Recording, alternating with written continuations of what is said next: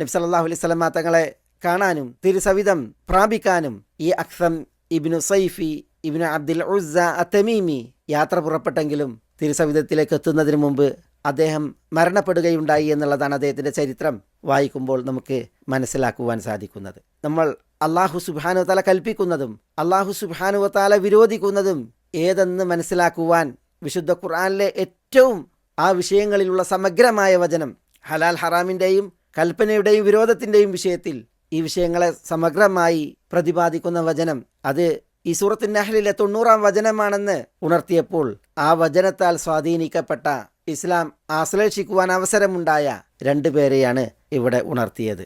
എന്നാൽ ഈ വചനത്തിൽ സ്വാധീനിക്കപ്പെട്ട ഒരു 3-ാമനുണ്ട്. അയാൾ മക്കയിൽ സാഹിത്യകാരനായിരുന്നു, ഭാഷയിൽ പണ്ഡിതനായിരുന്നു, ഖുറൈശികളിൽ കാരണവരുമായിരുന്നു, ജനസ്വാധീനം നന്നായി ഉണ്ടായിരുന്ന ഒരു വ്യക്തി, അൽ വലീദ് ഇബ്നുൽ മുഗീറ അൽ മഖ്സൂമി എന്നയാൾ. നബി സല്ലല്ലാഹു അലൈഹി വസല്ലം ഈ അൽ വലീദ് ഇബ്നുൽ മുഗീറക്കും ഈ ആയത്ത് ഓതി കൊടുക്കുകയുണ്ടായി. ഇന്നല്ലാഹ യഅ്മുറു ബിൽ അദ്ലി വൽ ഇഹ്സാനി വ ഈതാഇ ദിൽ ഖുർബ വയൻഹാ അനിൽ ഫഹ്ശാഇ വൽ മുൻകരി വൽ ബഗി യഅഇദുകും ലഅല്ലകും തദക്കറൂൻ എന്ന ആയത്ത്. ഇതിൽ അൽ വലീദ് ഇബ്നുൽ മുഗീറ ഏറെ സ്വാധീനിക്കപ്പെട്ടു. നബി സല്ലല്ലാഹു അലൈഹി വസല്ലം തങ്ങളിൽ നിന്ന് ഈ വചനം കേട്ടപ്പോഴാണ് അയാൾ അഈദുഹു, ഈ വചനം വീണ്ടും ഓതാൻ ആവശ്യപ്പെട്ടത്. നബി സല്ലല്ലാഹു അലൈഹി വസല്ലം തങ്ങൾ അത് അയാൾക്ക് വീണ്ടും ഓതി കൊടുത്തു. അപ്പോഴാണ് അയാൾ ചരിത്രത്തിൽ എന്നും പരാമർശിക്കപ്പെടുന്ന നിത്യപ്രസക്തമായ തൻ്റെ വചനം പറഞ്ഞിടുകയുണ്ടായത്. എന്താണ് അയാൾ പറഞ്ഞത്?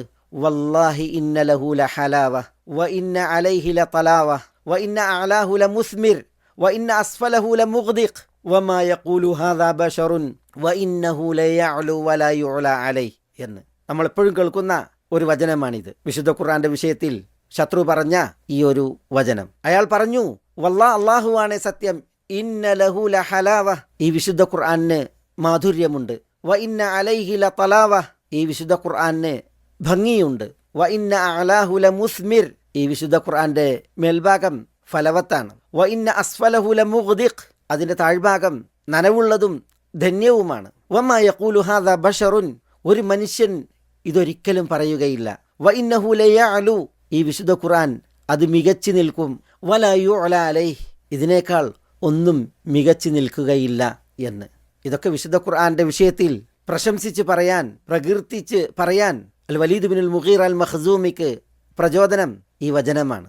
അതിൽ അല്ലാഹു സുബ്ഹാനഹു വതആല കൽപ്പിക്കുന്ന കാര്യങ്ങൾ, അല്ലാഹു സുബ്ഹാനഹു വതആല വിലക്കുന്ന വിഷയങ്ങൾ, അള്ളാഹുവിൽ നിന്നുള്ള സാരോപദേശങ്ങൾ, ഇതൊക്കെയാണ് പ്രതിപാദ്യം. പക്ഷേ അൽ വലീദ് ഇബ്നുൽ മുഗീറ വിശുദ്ധ ഖുർആനോടും ദീനിനോടും അടുക്കാൻ ശ്രമിച്ചപ്പോൾ അബൂജഹൽ, അംർ ഇബ്നു ഹിഷാം ലഅനത്തുല്ലാഹി അലൈഹി പണത്തിനു വേണ്ടിയാണോ മുഹമ്മദിനെ പിൻപറ്റുന്നത് എന്ന് ചോദിച്ച് അൽ വലീദിനെ കളിയാക്കി, അയാളിൽ ദുരഭിമാനം ഉണർത്തി. അങ്ങനെ സത്യം മനസ്സിലായിട്ടും അൽ വലീദ് ഇബ്നുൽ മുഗീറ ഇസ്ലാം ആശ്ലേഷിക്കാൻ അവസരമില്ലാതെ തീരുകയാണുണ്ടായത്.